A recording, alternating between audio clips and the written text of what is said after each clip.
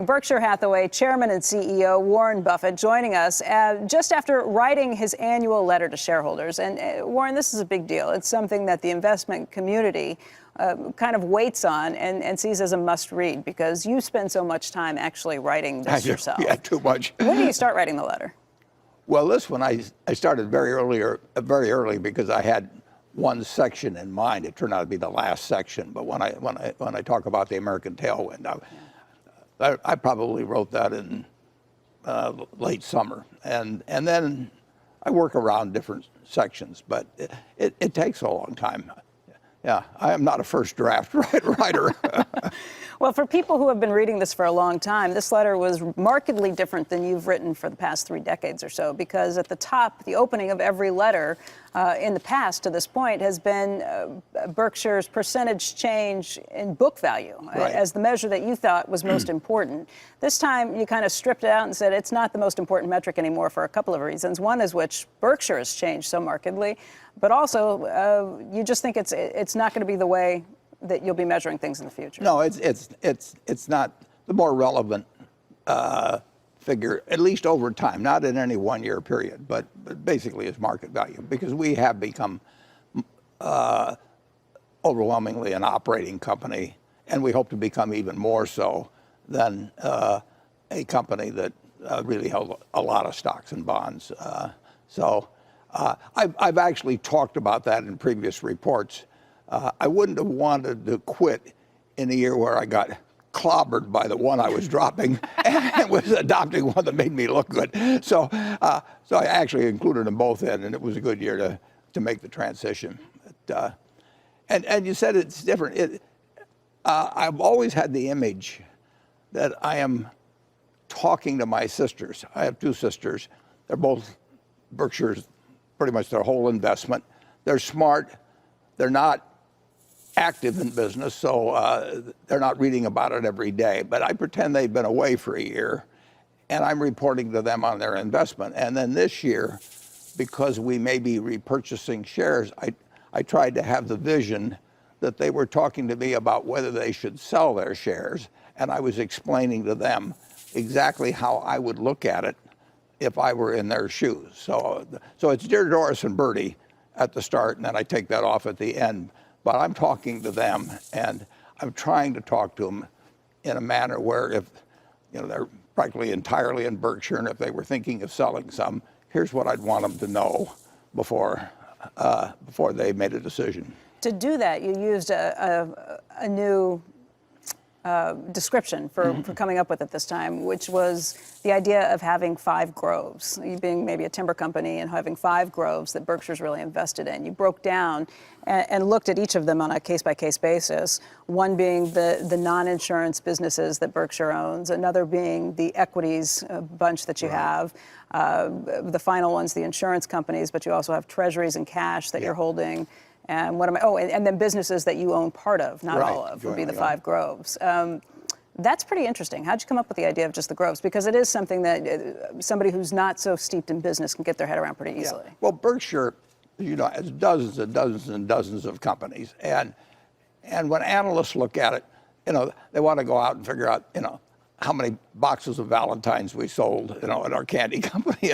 And you can get totally lost in terms of looking at the forest by trying to look at every tree, because some of the trees are flourishing, some of them are decaying, and some of them are huge and important, and others are more or less twigs. So I thought I would group the assets in a way that was logical and where you could sort of figure out the valuation that you might attribute to that particular grove. And I think it's a lot better than trying to describe 80 or 90 businesses with close to 390,000 employees. I mean, we're in one of the businesses right now, and this is a very interesting business.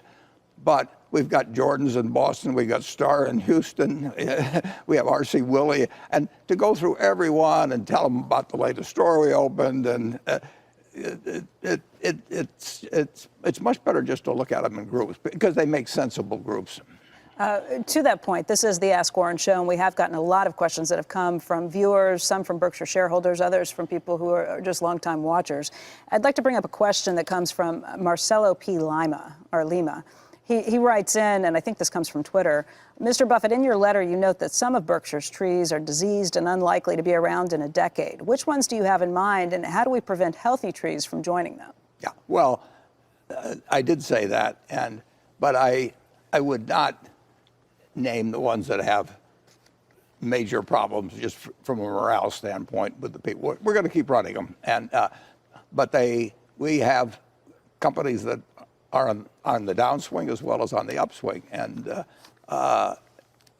it would be very tough. And the ones that are, as I call it, diseased, they're a very, very, very small part of our earnings. You'd gain nothing analytically, and you'd have 100 people go to work today feeling, well, we might as well give up or something of the sort. So I don't like to name them specifically, although you could probably figure some out by looking at our list of companies. There's some companies are just in the wrong industry. I mean, if you made whatever it may, well, even making televisions in this country, I mean, that was the hot industry, when I was young, and we don't do it anymore. We sell a lot of them here at our store, but so I would not like it if I were working at Company X and my boss had just got through saying, you're in decay. You do name some of the big redwoods that you consider to be essential to the grove, though. Yeah. I think you said that Berkshire Hathaway Energy and the railroad, Burlington Northern and Santa Fe, are two of the biggest redwoods that stand in the groves. Well, they're big. Yeah, they're big. And both set records for after-tax earnings last year. Combined, they earn right around $8 billion after tax. And $8 billion is a lot of money to us. That's a third of our operating earnings. We earned 24, a large fraction of operating earnings last year, 24 billion. And those two companies alone earned 8. Now, Berkshire Hathaway Energy also has multiple companies, but the BNSF Railroad is just one big railroad. Let's talk about that operating profit number. It was $24.8 billion, but on a GAAP basis, which you're now focusing on, it was $4 billion. And that comes because of an accounting change that came into play this time around. It was a $20.6 billion paper loss on your investment holdings that you now count back in from the huge amount of securities that you own, and then also the $3 billion write-down on Kraft. Right. You go out of your way to emphasize again that you don't think people should be looking at these GAAP earnings, even though you're reporting them that way. Yeah, we say the same. Well, that's the final GAAP earnings. The $24.8 billion also are GAAP earnings, but they're operating earnings. Right. I think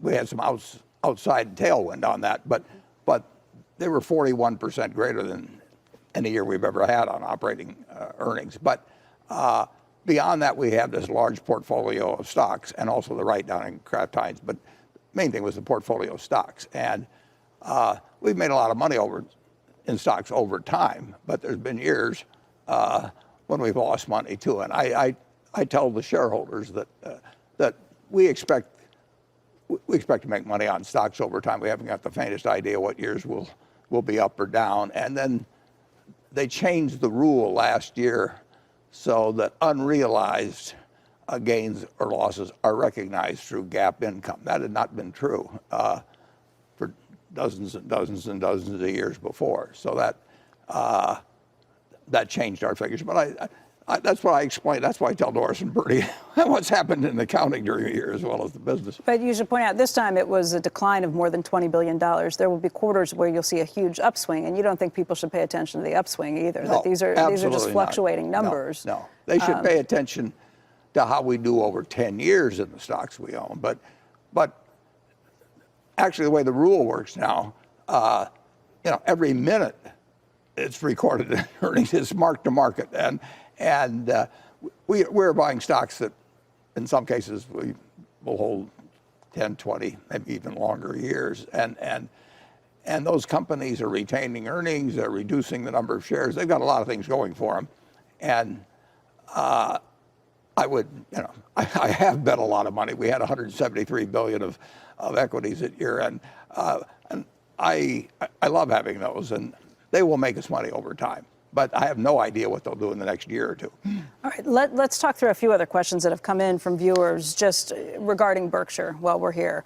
Eric Lafont wrote in and said, Warren, how have you structured Greg Abel and Ajit Jain's compensation now that they oversee dozens of different businesses? You did point out that you think the business is much better run now that those two are vice chairman, each running their own set of companies. Yeah, our proxy will be out very soon. It shows what they received. I think unless there's some calendar quirk or something like that, they will have each received $18 million last year, and the base salary is a high percentage of that, and then a bonus is discretionary with me. But they're doing a fabulous job. Bonus is discretionary, just based on. It's based on how I wake up in the morning, yeah. On that same sort of. That may be the only one you'll read about like that in a proxy statement. There's another question that comes in regarding Greg and Ajit that says this is from the Rational Walk. A suggested question on Monday, given that Abel and Jain are not only responsible for running most businesses, but also vice chairman, shouldn't they be up on stage along with Charlie at the annual meeting? Many of us would like to hear from them. Yeah, well, you will hear from them more in the sense that they will be up front with microphones ready to take on any questions that come. It's not going to be that many years where the two of us are, they will be up on the stage when we rearrange the format. And rearranging the format means rearranging me and Charlie to some degree. And it's logical for them, and I hope lots of questions get directed to them at the annual meeting, well, because we'll feed them into them. I should mention one thing about their comp.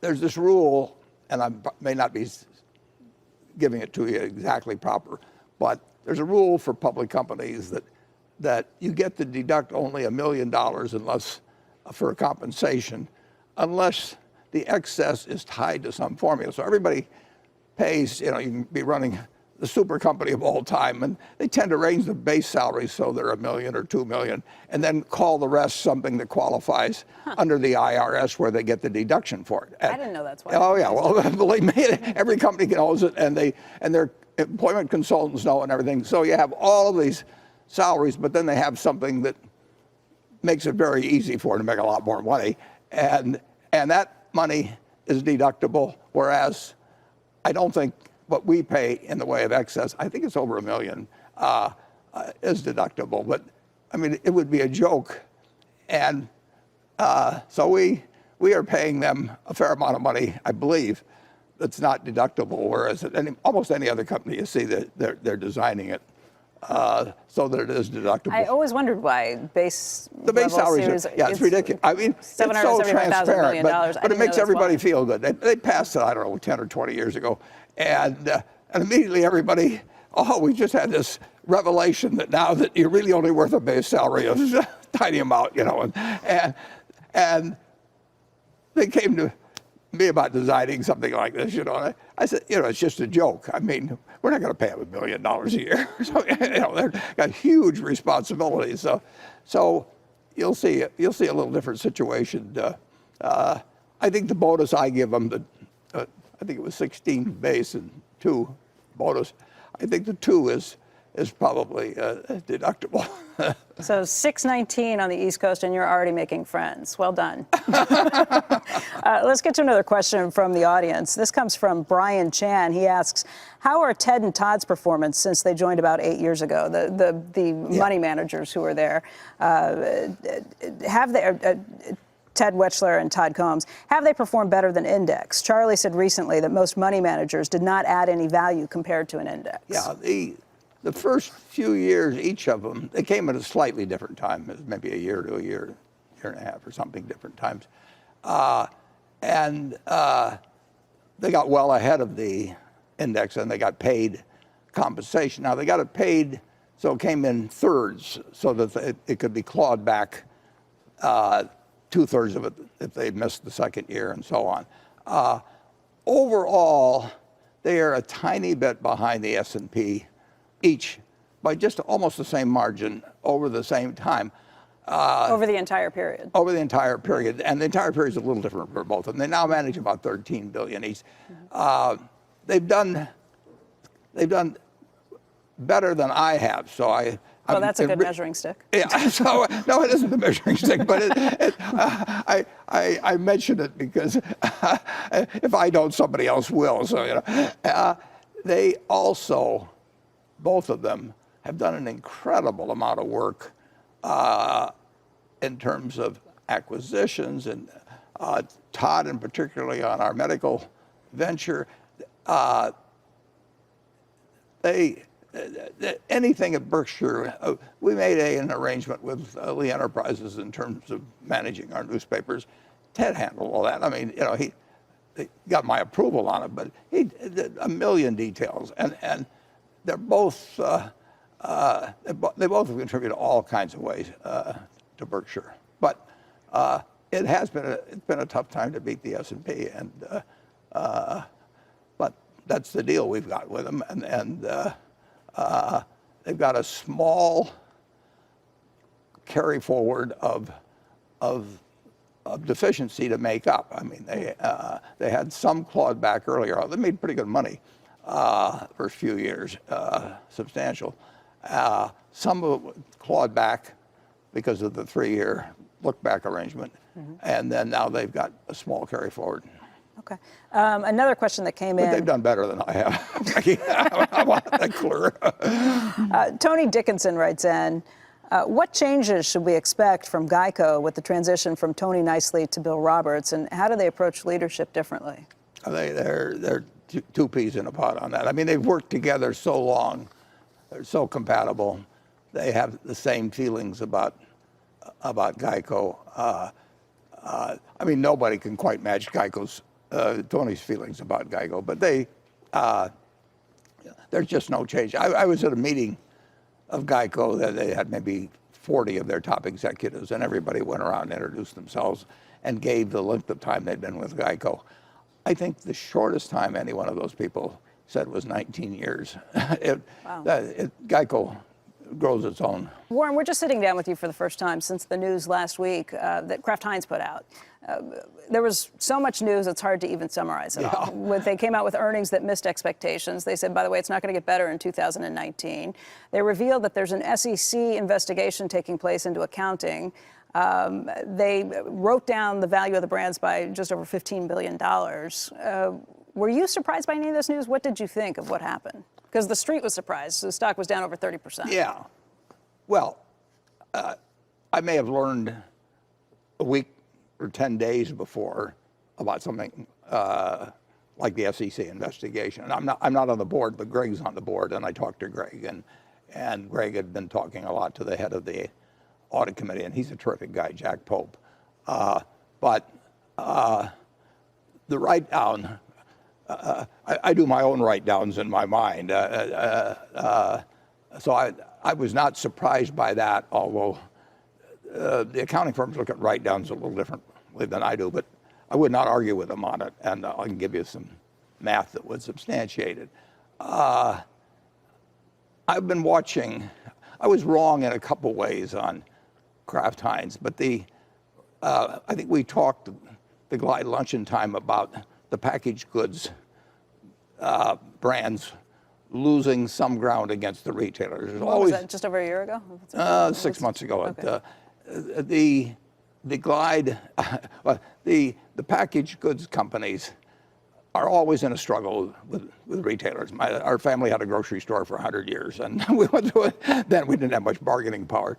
But the really strong brands, they can go toe-to-toe with Walmart or Costco or whomever it may be.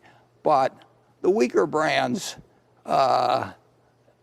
tend to lose out. Now, the interesting thing about Kraft Heinz is it's still a wonderful business in that it uses about $7 billion of tangible assets and earns $6 billion pre-tax on that. So on the assets required to run the business, $7 billion, they earn $6 billion roughly after depreciation pre-tax. But we and certain predecessors, but primarily we paid $100 billion more than the tangible assets. So for us, it has to earn on $107 billion, not just on the $7 billion that the business employs. And we don't have a way. It'd be wonderful if we had a way to deploy another $7 billion and earn $6 billion, but it isn't there. So I think that when you're going toe-to-toe with a Walmart or a Costco and maybe an Amazon pretty soon, and you have a modestly good brand, maybe one where the trend's a little against or something like that, you've got the weaker bargaining hand than you had 10 years ago. The really classic situation is this, if you think about it, Becky. Heinz was started in 1869. Mm-hmm. So they've had all that time to develop various products, particularly ketchup, things like that. The Kraft part of it's a little more murky, but it goes back to C.W. Post in 1895. Those companies have brought all kinds of brands out, all kinds of, you know them. You had them when you were a kid. You have them now, some of them. They've been distributed worldwide through tens and hundreds of thousands of outlets. They've had hundreds of millions of trials. They spent a fortune on advertising. And their sales now are $26 billion. Costco introduced the Kirkland brand in 1992, 27 years ago. And that brand did $39 billion last year, whereas all the Kraft and Heinz brands did 26 or 7 billion. So here they are, 100 years plus, tons of advertising, built into people's habits and everything else. And now Kirkland, a private label brand, comes along and with only 750 or so outlets, does 50% more business than all the Kraft Heinz brands. So house brands, private label, is getting stronger. It varies by country around the world, but it's bigger, and it's going to keep getting bigger. Okay, a couple of questions on that. First of all, does that mean you overpaid? Well, we did overpay. We didn't overpay for Kraft. For Heinz. We bought that originally. It was a 50-50 deal. It's private. 50-50 deal with 3G. Pardon me? With 3G. Yeah, with 3G. We had two stockholders, and then we overpaid for Kraft, and we wrote down $15 billion of that, and that. And that's the CPA's way of looking at it. Actually, the market's marked it down more than that, and probably quite properly. I mean, the thing to remember is, like, you know how the stock doesn't know you own it. You pay $10 for a stock, it goes to 8, and you think if it gets back to 10, I'll sell it. And if it goes up to 20, you say I can sell half of it and take all my money out. All those things are nuts. But in business, if we paid $7 billion for Kraft, which is all it takes to run the business, it would still earn the same amount as if we paid the $100 billion premium. The business does not earn more just because you pay more for it. And we not only, after buying Kraft, everybody started speculating about things we buy, so the prices of everything went up. And then on top of it, we paid large premiums for it, and we misjudged it. I hear what you're saying about the house brands and the competition from places like a private label brand that Costco puts out. But what about just millennials changing habits? How much of it is that younger consumers don't want the brands that their parents and grandparents wanted? There's some change in habits, but if you think about it, people don't really change their habits that much. If you try to think of the billion-dollar brands that have been created in food, and their private label there's very few billion-dollar brands being created in food. The fellow did it in yogurt, probably. But you don't really see that has not been a huge change. Physical volume hasn't changed much. The ability to price, though, has been changed, and that's huge. We had an analyst on last week, on Friday, talking about what she perceived as the problems with Kraft Heinz. And she said she thinks they're underinvesting in the business. I mean, that's kind of been 3G's way to cut to the bone, and that's how you make this profitable. But she thinks the brands have been underinvested in. Would you agree with that? I don't think so, but that's hard for me to tell. But I see, well, I was on the board. I mean, I saw lots of innovation on different products, and you saw them advertised to some extent. I do not think, but I don't know this for sure, but I think if you take the 10 largest food companies, I think in innovation, they've tried a lot of things, but how many things work? If you look at Kellogg and General Mills and go up and down the line, Coca-Cola, I mean, how many new products really become big? You read about them and all, but take Heinz ketchup.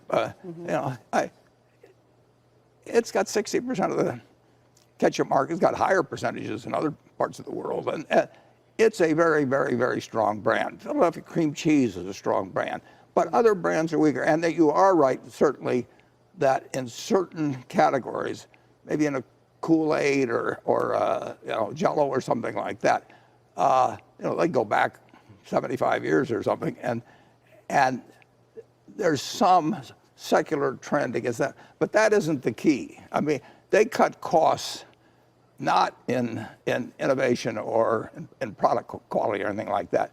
They just took it out of SG&A basically. Now they may have made a mistake in terms of working. I shouldn't say we may have made a mistake in terms of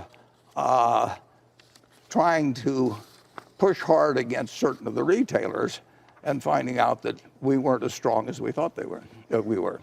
Let's go to one of the questions from viewers, because we got a lot of questions related to Kraft Heinz. This one's number T5. Someone named JC Dominguez wrote in, is this the type of incident in time when you buy more Heinz, or do you pull the plug? Oh, we don't pull the plug on it. I mean, we've never sold a share of Kraft Heinz. And if we sold or bought, it has to be reported within 2 days. So we wouldn't be able to do anything significant. But it isn't our style. We are the partners with 3G on it. And so we have exactly the number of shares we had before. And,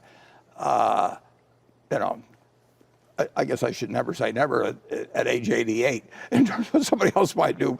But I can tell you, I have absolutely no intention of selling. I've got absolutely no intention of buying. Why wouldn't, if you're sticking with the business and it's 30% cheaper today, why wouldn't you buy more? Because it isn't worth as much.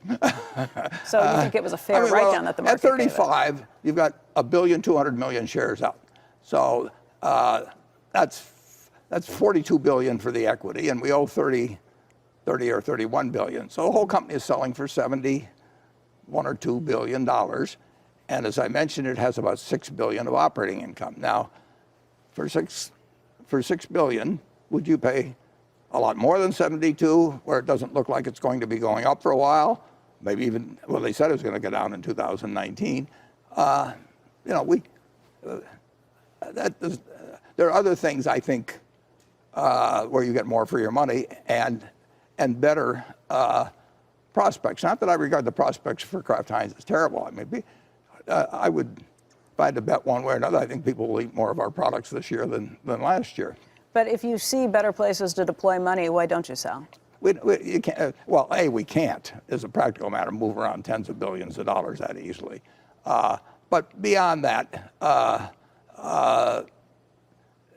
it is, I mean, if we're working with $1 million or $10 million, would I have a position in it? No. You can move around with $1 million or $10 million. And Ted and Todd can move around reasonably well with 13, but that's going to be difficult. 173 billion. I mean, you dance like an elephant, not like some guy in Dancing with the Stars. We always have a sure winner, Joe. Last year, it's true the favorites got knocked out early, but we did split. There's a $100,000 consolation prize for whoever does the best. Now, that got split 8 ways last year, but the year before we had 5 people that came within 1 game and just the last games of winning the $1 million prize. Now, if they'd won the $1 million, they would have had to split it if all 5 had won it, but there's a $1 million prize. And we're going to do it again this year. And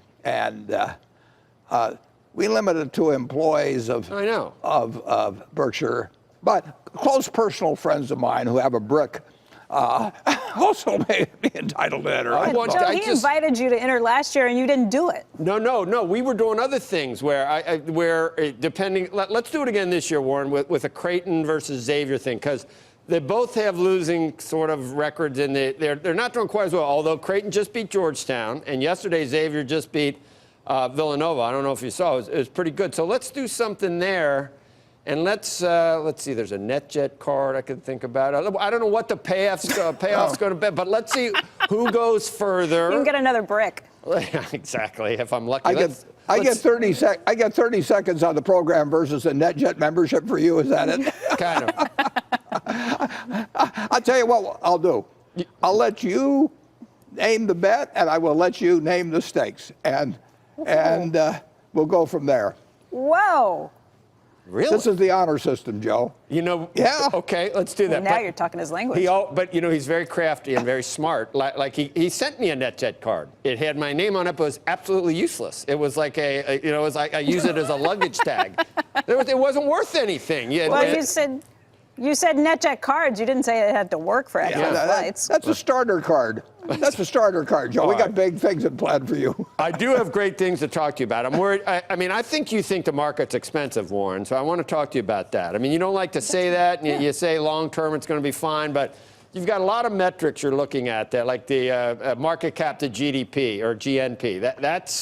That looks expensive there, right? I mean, there are things that look expensive, and you're having trouble finding things. So, you know, you need to be honest with us about that. Is it really expensive? The market,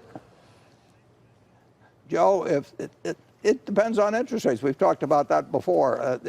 If you tell me that 3% long bonds will prevail over the next 30 years, stocks are incredibly cheap. Okay. Because even, I mentioned that Kraft Heinz earns $6 billion on $7 billion of tangible assets. Even if you pay $70 billion and you earn $6 billion on it, that's better than having $70 billion out in 3% government. Interest rates govern everything. And if there were a way to short 30-year bonds and own the S&P for 30 years, I would give you enormous odds that the S&P is going to beat 30-year bonds. Now, we've had this period of extended long-term low rates, not only here, but around the world, and now it looks like we're not going to jack them up very fast. So we may be in a new world, the world that Japan entered back in 1990, and if so, stocks will, when we look back on it, will look very cheap.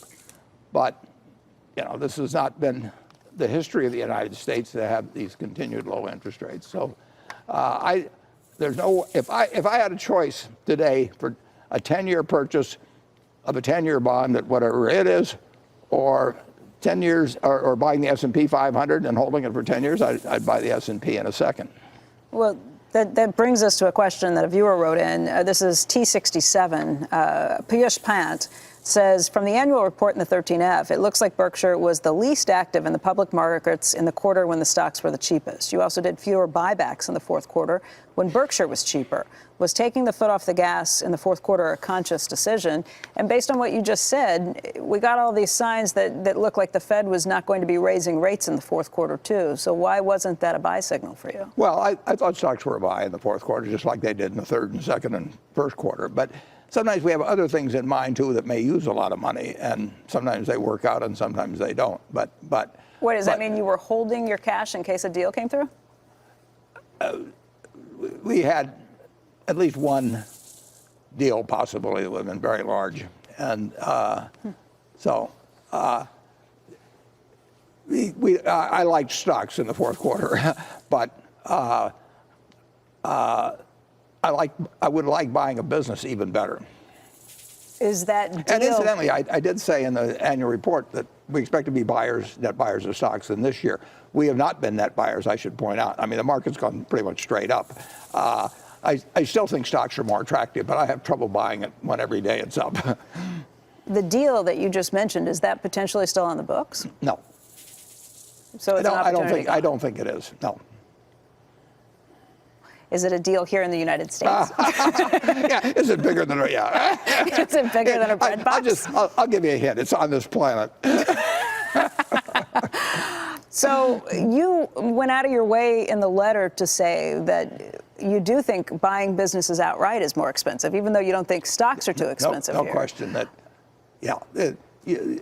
In stocks now, you have or businesses, I should say, you have a huge, huge, huge buyer, and that's not only, and companies are eager to buy too, but you also have private equity. And if, I don't know whether private equity, it's flexible because they can call on their partners for more money and all that, but let's just assume that they would have $1 trillion available. Now, they use a lot of leverage. They call themselves private equity, but they're really private debt, to a great extent. But that trillion might buy as much as, say, 3 trillion of assets if it was leveraged with 2 trillion of debt. Well, the total stock market is something like 30 trillion. And if you take the top 5 companies, you knock another, or 6 companies, you knock 4 trillion off that. So you're down to something where the buying power of private equity, plus just the normal buying power from companies that want to get bigger, it's just a huge amount of competition. When you start looking around, do you think the private equity companies are overpaying for this, or can they make it work? They'd rather not. I mean, they obviously want to make the best deals they can, but they are in a game that is so much more competitive than it was for them. If you go back to the 1970s when leveraged buyouts started, which are the same thing they're doing now, but the name kind of lost its appeal there at some point. But the deals you could make then were enormously more attractive than the deals you could make now. Let me ask you one more question that came in from a viewer. You've kind of answered this, but there may be a little bit more to the answer. This is T84 for the control room.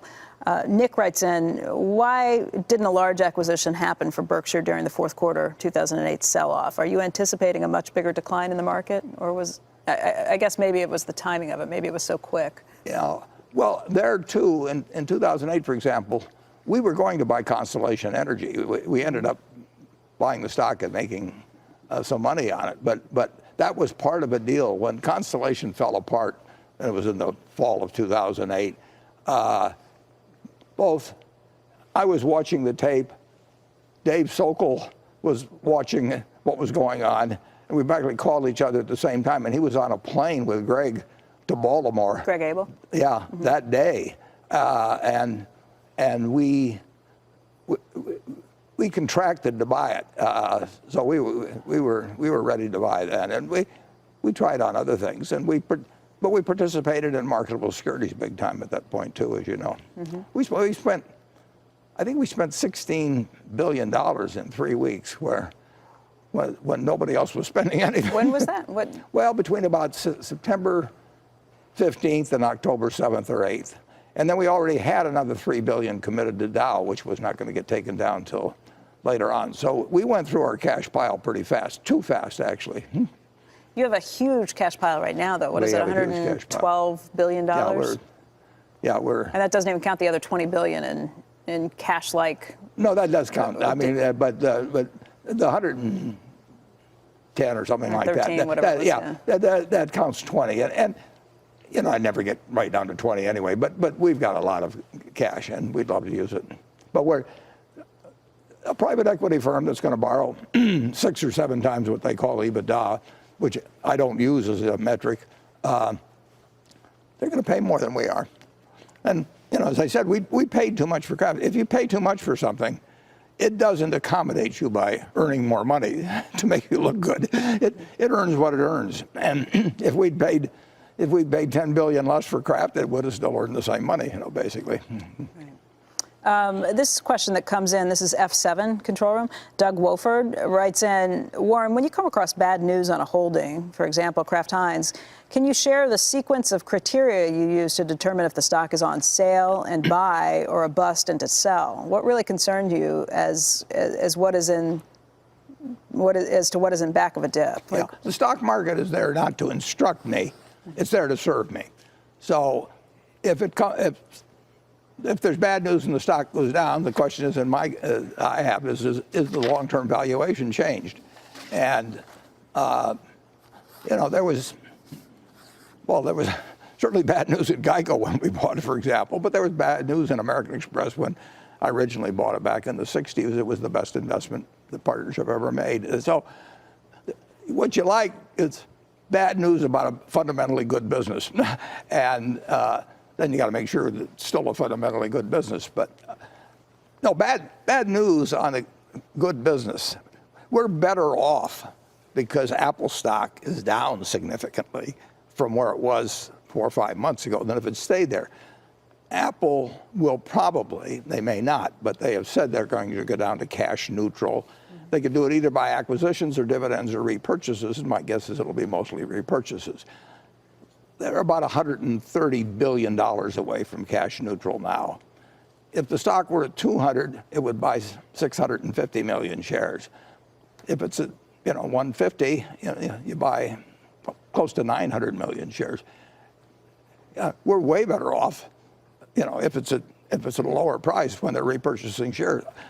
Our partners are selling out to us, and they're selling out cheaper than otherwise. The worst thing that can happen from our standpoint with Apple is it sells at 230 or something like that, because we don't like buying it as well at that sort of price. The Camel, well, I was back at Geico 10 days ago, and the Camel was running well ahead.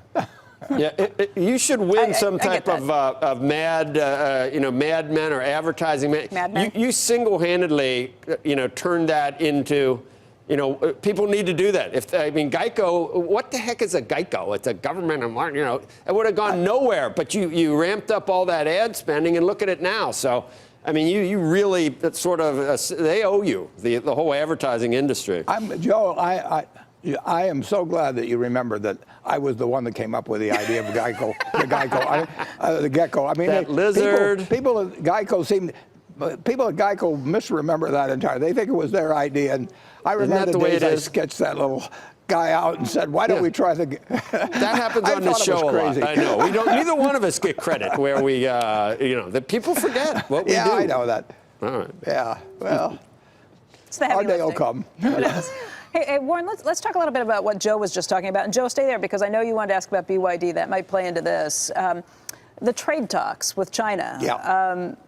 How big of a deal is that? What have you seen on your companies, on your investments? Well, I see the monthly reports from the companies come through, and a fair number, not in insurance at all, obviously, but a fair number of the tariffs have had some impact. Now we're talking 10% tariffs, and a number of them say if it were 25%, there'd be some big adjustments. Some of it, the suppliers have swallowed over in China, and some we split with them, but it pushes prices up. There's no question about that. But it hasn't had a big effect at 10%.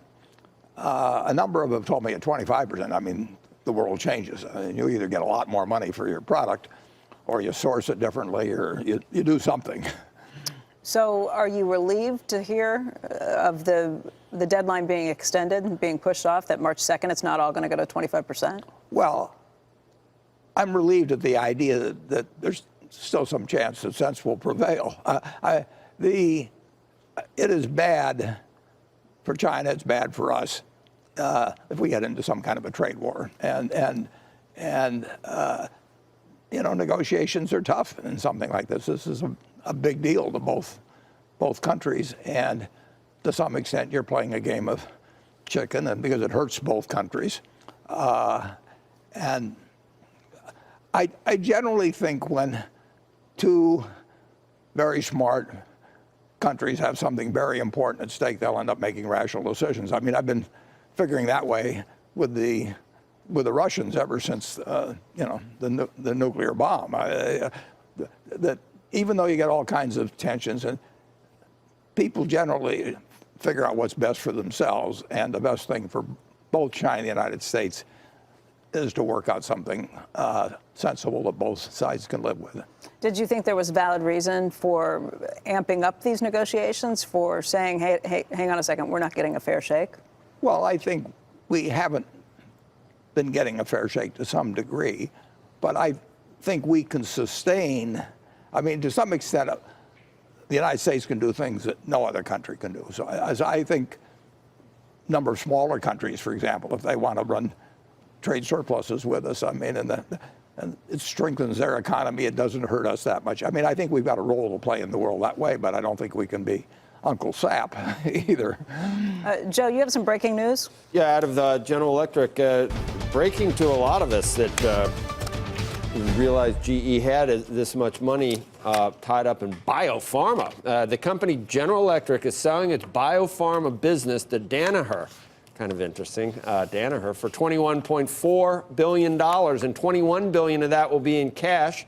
GE says it's going to use the proceeds to reduce leverage, strengthen its balance sheet. It expects the deal to close during the fourth quarter of this year, and there's a lot of there's a lot of comments about how from Culp about how this is in keeping with their plan to reduce leverage, strengthen the balance sheet, and all the other things. The deal, Danaher, meanwhile, sees the deal adding 45 to 50 cents to adjusted earnings per share in the first full year. And instead of us talking about this, Becky, me or you, I guess we should get Warren's comments on what he thinks of this move.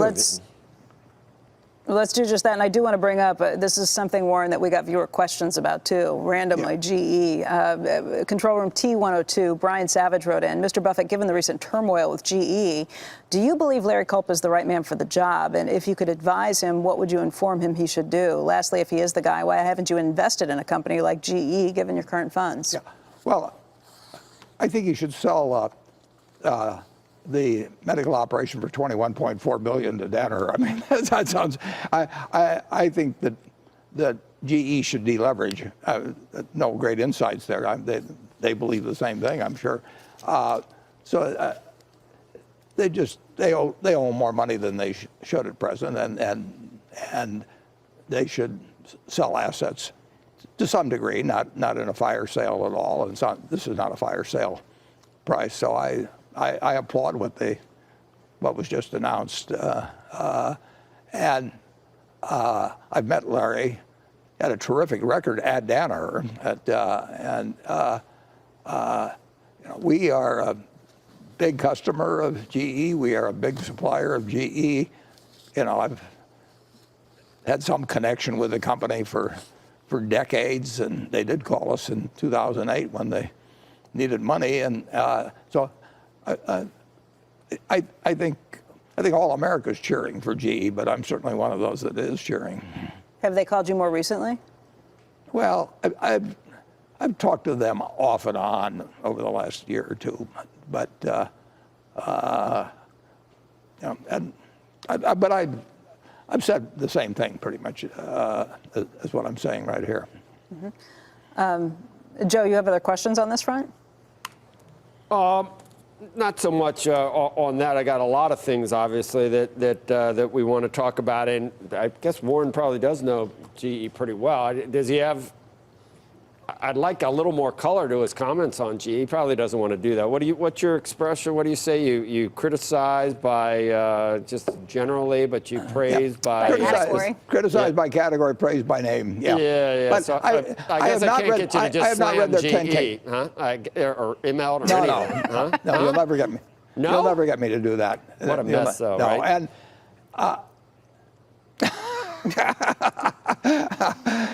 I haven't seen their 10K yet. I mean, I want to get their 10K as soon as I can, and it may be it's probably out just about now, and that's the document you have to read. Well, it's up about 50% from the lows, I guess. More, huh? Yeah. More than that, yeah. But it's selling, the equity's selling for about $100 billion, and then they actually have a preferred issue that's $5 or $6 billion. Most people don't even know about that. And then they had something over $100 billion of debt. I'm consolidating the GE capital, but I think that's the way to look at it. And they've got a couple of very good businesses. So, but they were over leveraged, and they've got to reduce the leverage, and clearly they're doing it. I mean, you could write Warren, a check for there's a that. question that comes in. Warren, you could write a check for that, Warren, if you really liked it. That's true. It's true that you could, but you won't be. Okay, I'll just paraphrase.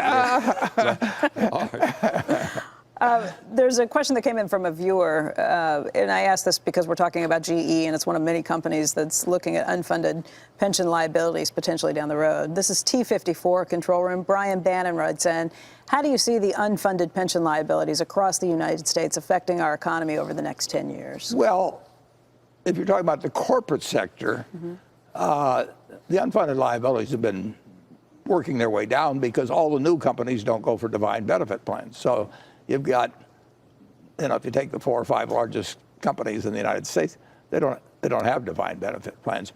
We have bought a number of older companies, so we have a fair number of companies with defined benefit plans. We wouldn't start any defined benefit plans, but that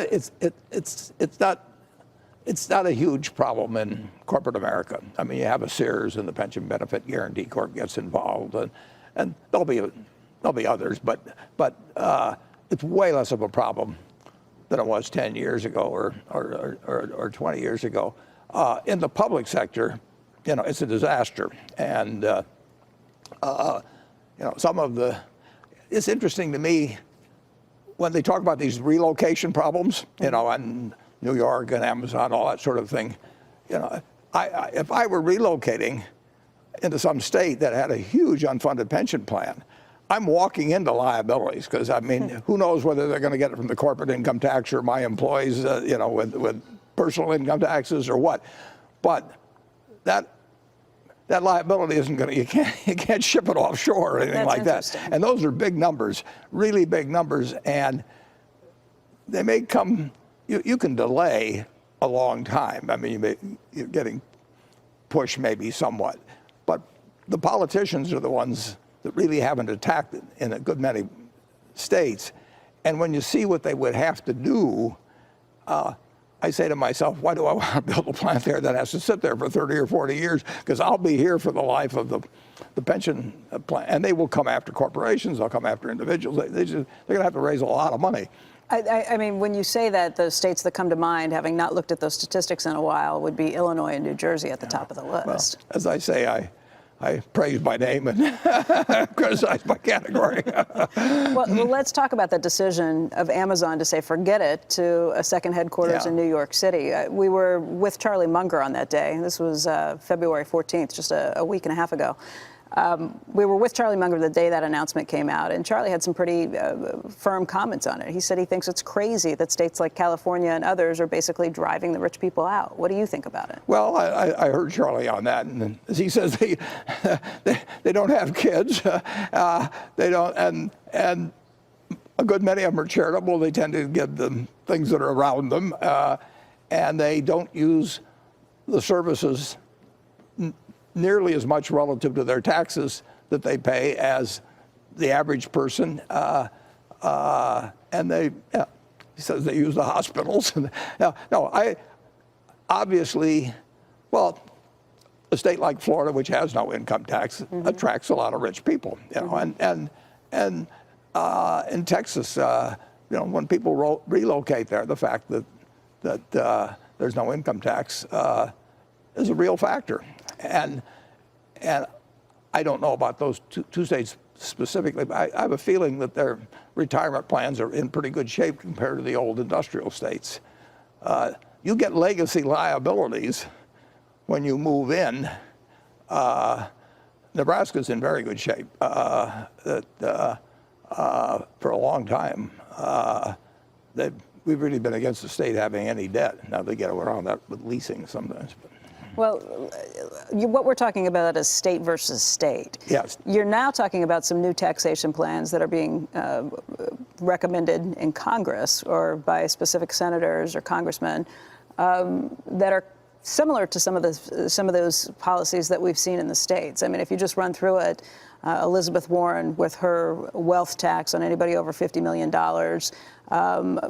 AOC, Alexandria Ocasio-Cortez, with her plan to tax anything above $10 million at 70% rate, Bernie Sanders with his estate tax going up to 77%. If those policies are enacted on a national basis, do you see that same sort of trading off where people would potentially leave the United States? What do you think about these plans? Oh, well, that's an interesting question. I would say this.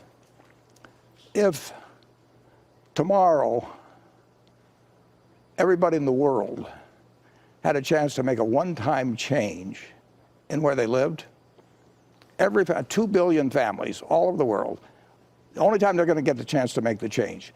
But they will get transported free to any country they want to go, their family, and have citizenship.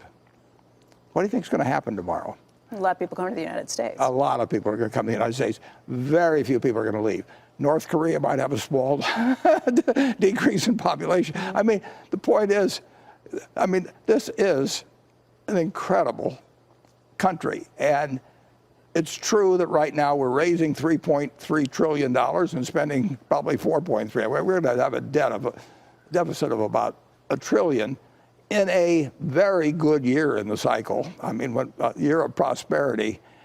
And that's 5% of GDP, and that's probably more than you can actually take a 2 to 3% deficit and not have the ratio of debt to GDP grow. But 5 in prosperous years, we're out of whack on that. So you can cut spending, you can raise taxes, but I would say that the wealthy are definitely undertaxed relative to the general population. But your answer to that was almost a dodge of the question. I mean, if these policies drive out the wealthy people, sure, if you got your choice of where to go, everybody would want to come to the United States. But would the wealthy people do that if we changed our tax structure? Well, I think most of the people the rich people, Mark Rich being one of them, I mean, they leave because in his case, I mean, he's leaving before the feds pick him up.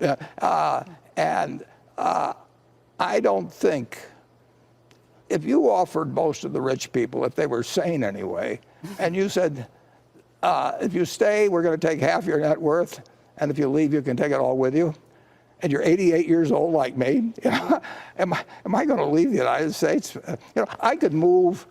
South Dakota has no state income tax. Wyoming has no state income. So we've got 2 states that border Nebraska. Nebraska has a 7 and a fraction % state income tax. If Iowa, which is right across the river, had no income, I wouldn't move. I mean, now I think people want to come here. I think if you made that offer I made, the United States, there'd be more people come to the United States than any place else, and they would come if the deficit was $1 trillion or $1.2 trillion. I mean, this is the land of opportunity. Do you think they're good policies? Do you think they're good tax policies? Yeah. Warren, you're making a decision to leave all your money to the private sector in terms of charities, and because you think, I assume you think maybe it'd be better spent there than by the government. Isn't it possible that it's just not the right idea to just what's already a bloated, what some people would think, a bloated entity, and address the spending side of things, or else maybe you ought to reconsider. If you think the government is so good at spending money, well, why leave it all in the private sector? Go ahead and give it all to the government and let them do it. You seem to have an idea that it's better treated if you do it philanthropically. I've got about 4 choices, Joe. I mean, let's say I have $80 billion. I could spend it all, and but even to spend it all, I would have to sell Berkshire stock, so I would incur taxes of 20 or so billion dollars in spending. So the government would then get 20 if I wanted to spend it all. I don't know what the world I'd spend it on. I can give it all to my wife on death, and then there's no tax. I could give 4 million people $20,000 each, and there'd be no there'd be no tax on it as long as I make gifts to separate people up to 20,000. I could do that. There's no tax.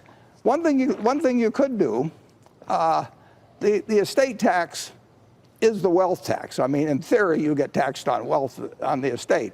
Now, you're allowed to give to charity 50% cash, 30% appreciated stocks, and have it deductible from your income. They let you essentially deduct all the gifts of wealth at death. So you could have a limitation that you could only give 50% to philanthropy and treat it the same way actually as as if you're giving away from income during your life. There's a lot of things you can do with the tax law. I mean, the tax, and I think that one way or another, when the Forbes 400 have gone from 93 billion to 2.7 trillion since 1982, the market system, as it gets more specialized, will give more and more to the top people. If we were back in 1800 and we were all working on farms, you'd probably be worth a little more than I am because you'd work harder and be stronger. But the top person working on that farm would be worth 1.5 to maybe 2 times what the bottom person was. But as we get more and more specialized, the guy that's the best in knocking out some other guy that weighs 200 pounds is worth $30 million a fight. Now, he's worth $30 million a fight because somebody invented television and cablevision. As we get more specialized, the rich will get even richer. And the question is, how do you take care of the guy who's a wonderful citizen and father may have died at Normandy or something, and it just doesn't have market skills. And I think the earned income tax credit's the best way to address that question, and that means probably some more taxes. It should mean some more taxes for guys like me, and however you come at it, I'm fine with. We've talked about a lot of things so far, but we have not gotten your take on the economy to this point. There was just a Federal Reserve report out on Friday that suggested that GDP for 2018 is probably going to come in slightly below 3%. What do you think the economy is doing right now, just based on your businesses, based on the receipts you see, the companies that you track that you have major shares in? Right now, just based on the monthly statements I get, and some cases I get other data in between, but overall things are a little better. I mean, the rate of improvement has tapered, but it certainly hasn't flattened. Now that could change next month, and home construction has been disappointing, but most of our businesses, I've seen other figures on retail that are strong, including Walmart's, but I would say our retail figures in January were not strong. But January's a peculiar month. That can be affected a lot by weather, although any retailer will always like things on the weather. Right now things look fine. When you say it's a little better, that's relative to when? What's your comparison period? Well, I'm saying that if it developed as I see in January and February for the whole year, I think we would probably beat our 24.8 billion, but that would depend on insurance profits because swing either way. They are of your unrelated. operating profit that you just reported. But the operating, yeah. So business looks decent. It's not galloping ahead, and the tariffs having a little effect at 10%. If they went to 25, that could change things quite a bit. And I do see some more inflationary things, but no, I don't see anything to be alarmed about at present. What inflationary But incidentally, if you told me GDP would be down this year, we'd still be doing the same things, pretty much. What inflationary signs do you see at this point? Well, as I get the reports from the companies, they say these raw material costs are going up, and now oil being down helps us. I mean, that's the basis for a lot of raw material costs. But overall, there's more cost pressure. You mentioned that housing has been weaker, home building, that you've seen that. Why do you think that is? It's puzzling because, before 2008, we were running higher. Well, I mean, the one obvious answer is you expect household formations to go way down in a recession, and we had a bad one. But you've had this big trend from home ownership to renting, so that that's probably changed by 5 percentage points. Well, 5 percentage points when you talk about 125 million households or 6 million houses, there are people that are living in rental units rather than houses. So that configuration has really changed. And I would have thought it would have turned back as people got their jobs back and all of that. But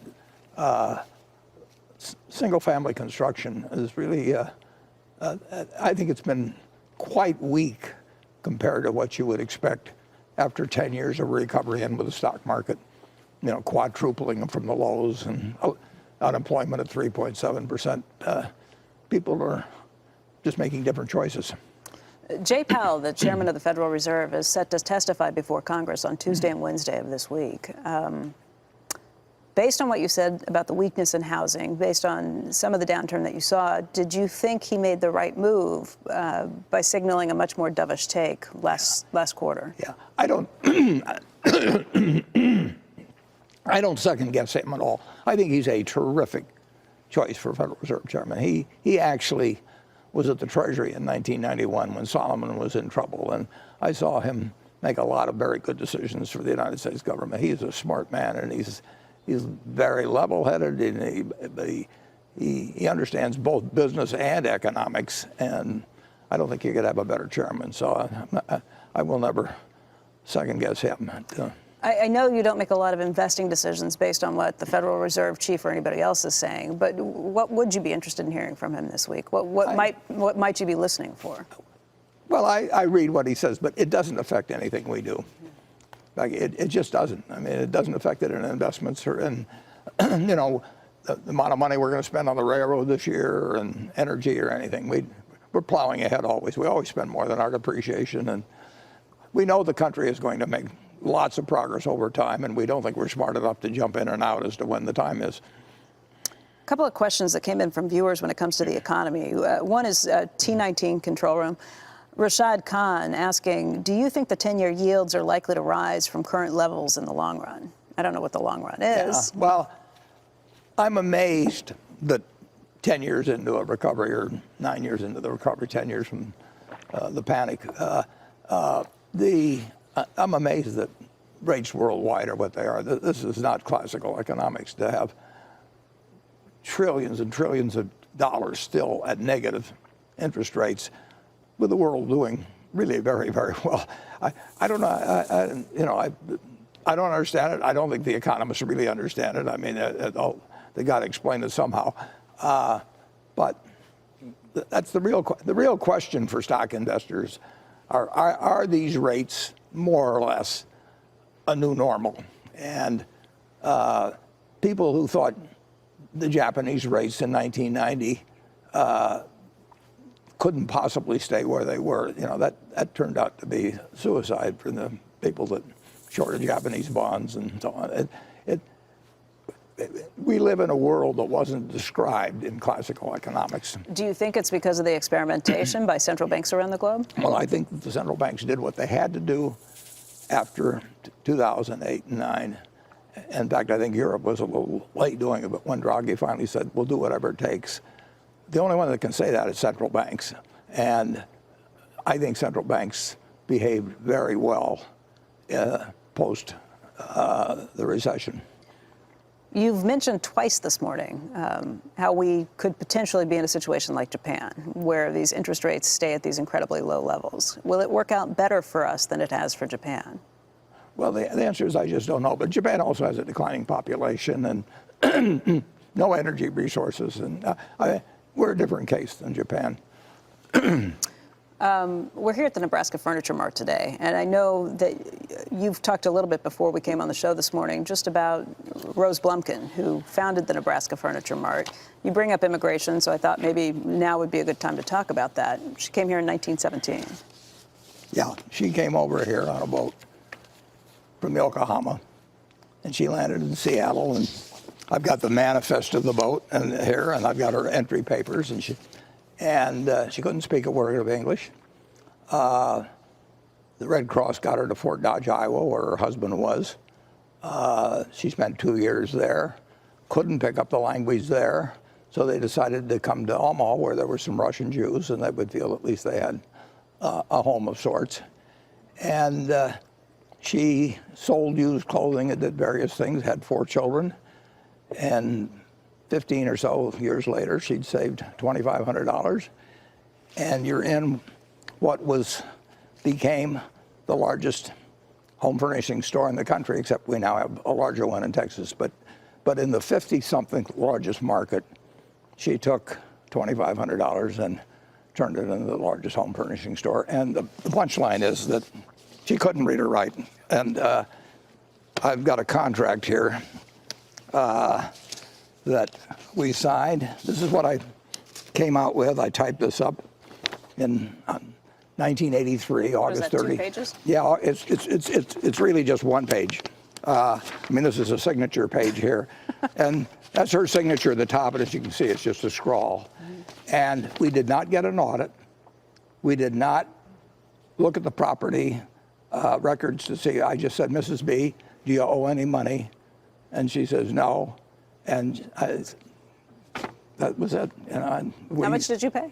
Well, at that time, we rearranged things within the family some. So we, in effect, bought 80% at a value of $60 million on a 100% basis.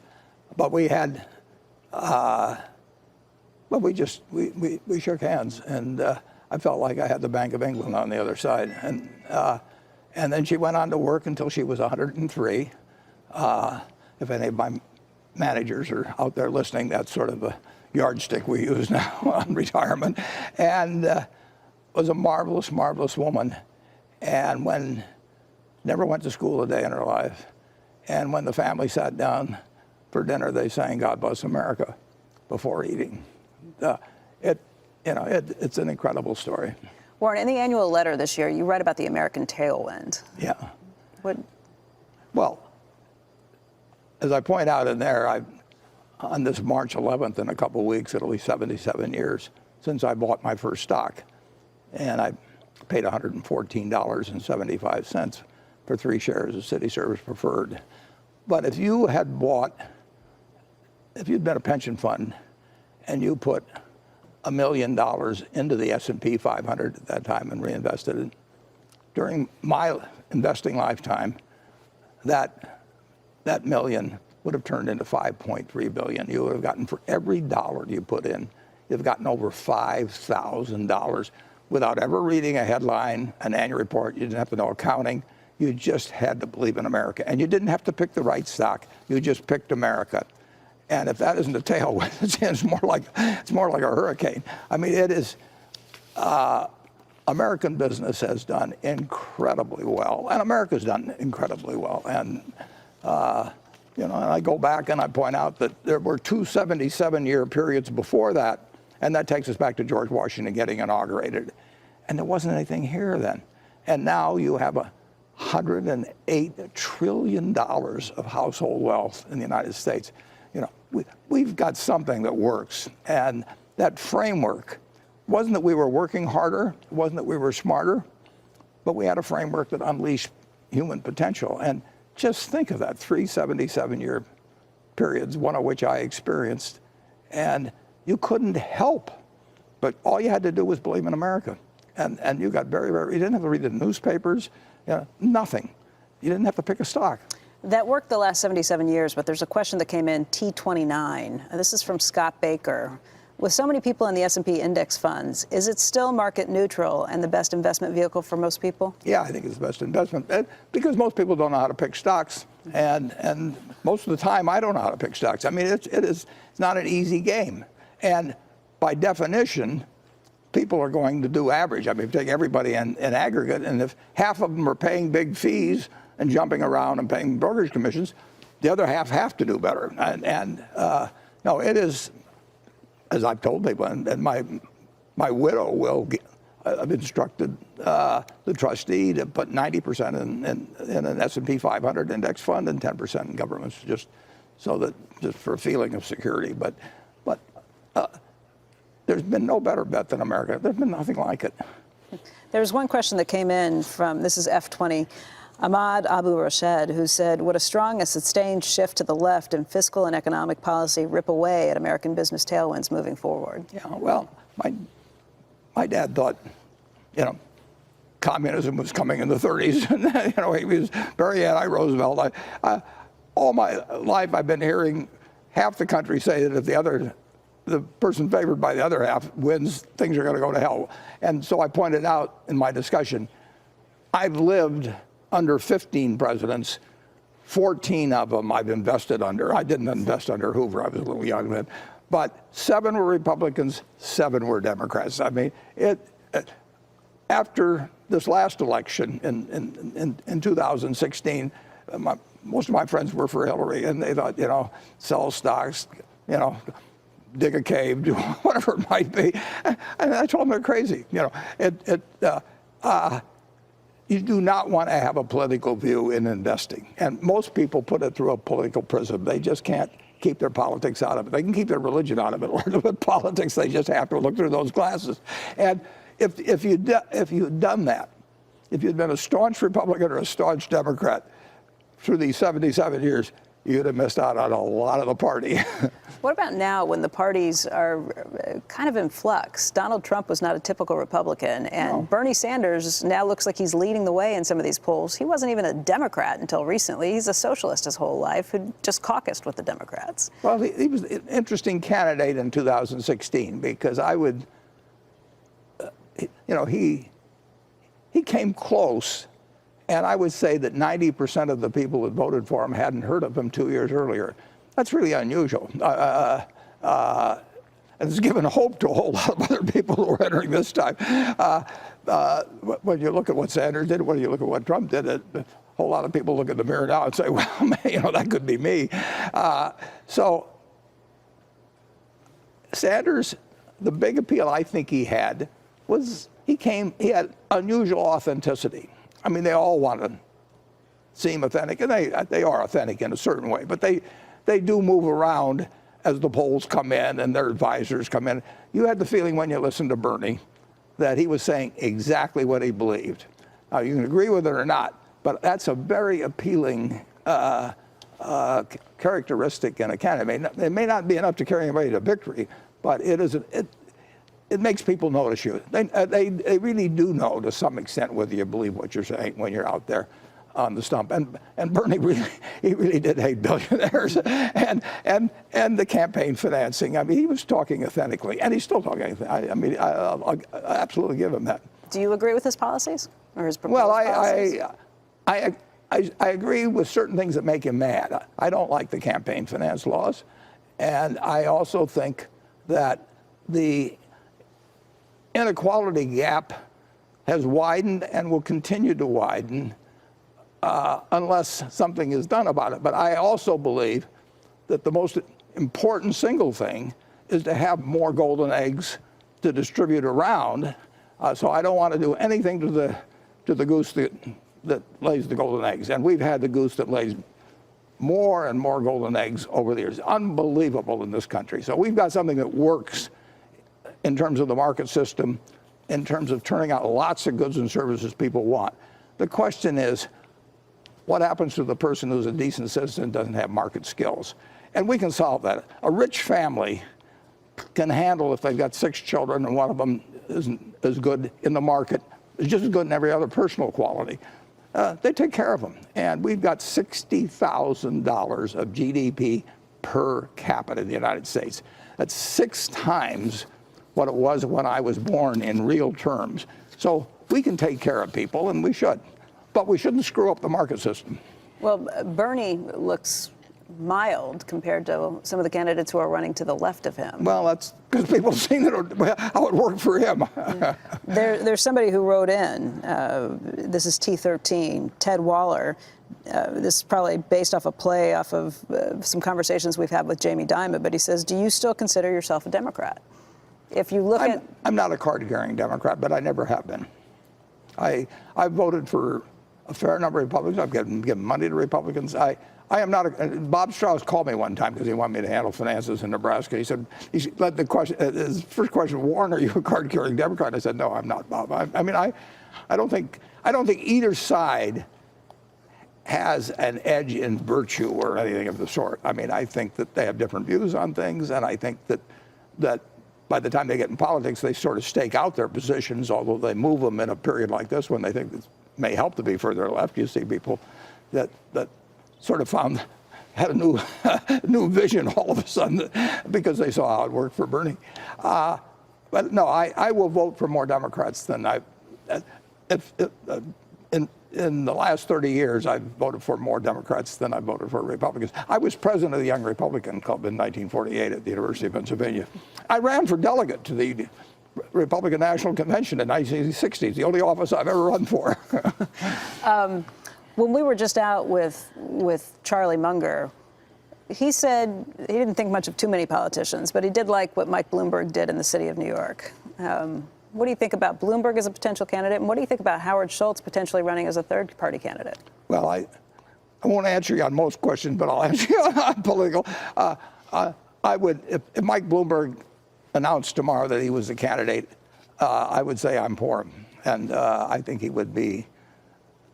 I think he'd be a very good president. And I mean, he and I disagree on some things, but I think that he knows how to run things. I think that he's got the right goals for America. He understands people. He understands the market system, and he understands the problems of people that don't fit well into the market system. I would have no trouble being for him. Howard Schultz. If he says he's going to run as an independent, and if he ran as an independent, I think he would take votes away from any Democrat, including Bloomberg, if he were running. So I think it would be a real mistake for him to run. And I think generally third-party candidates, they're going to hurt one side or the other, and they're more likely to hurt the side that they actually favor because they're closer to that view, and so they pull more people away that would otherwise, go to the second best with that view. So I hope no third-party candidate runs that pulls any significant amount of votes. I mean, there'll always be a couple of people that file, but I think third-party candidates can thwart actually the will of the people. I just want to run through some of the holdings, some of the changes that were registered, and get your take on why. First up, Apple. You trimmed 3 million shares to 249.5 million shares of Apple, and that caught a lot of people by surprise. They were wondering if you were selling. No. The one other fellow in the office, one of the two, had about 6 or 7 million shares. He had it before I did, he works with a limited amount of money, 13 billion roughly. So if he wants to buy something, he needs to sell something. If I want to buy something, I've got cash around to do it. So he sold about 3 million shares, I believe, cut it in half roughly to buy something else. And I didn't. I've never sold a share. So this was not even a conversation you had with him, I take it? This is either Todd or Ted. You're not going to say who. It's his business. Yeah, I mean, they do not check with me. I sometimes learn at the end I do at the end of the month. I look and see how their portfolio compares to the month before and see what they've done.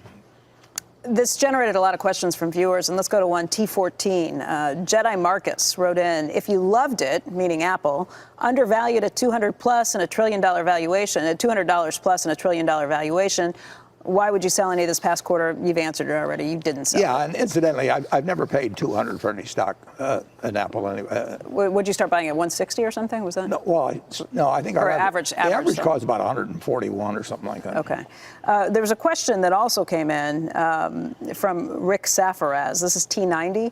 He said, do you plan on adding to your Apple position throughout 2019? And I just want to also bring up a tweet from Jim Cramer. He tweeted back on February 5th, doesn't Apple trade like Berkshire is back buying? I spoke with Cramer about it, and he said, look, I don't know anything. It's just all of a sudden the stock's really picking up. It's almost as if. So are you interested at lower levels?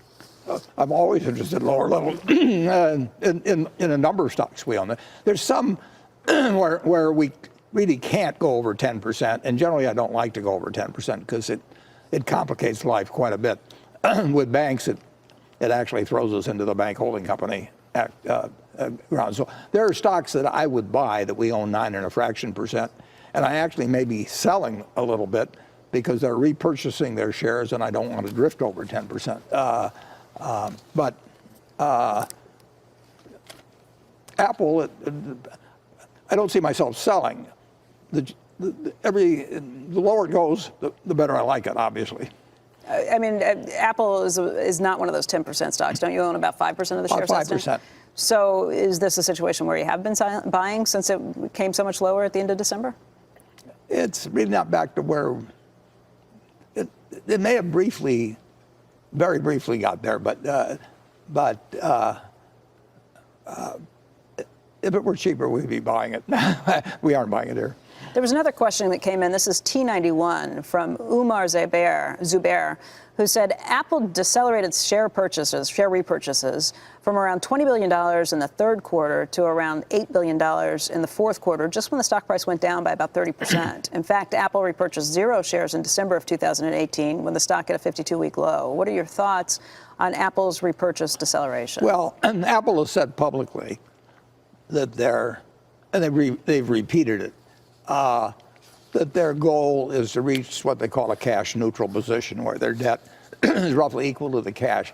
I think that would take $130 billion or so to get there, but of course they could make some acquisitions. On the other hand, they're earning a lot more than their dividends, so that number goes up.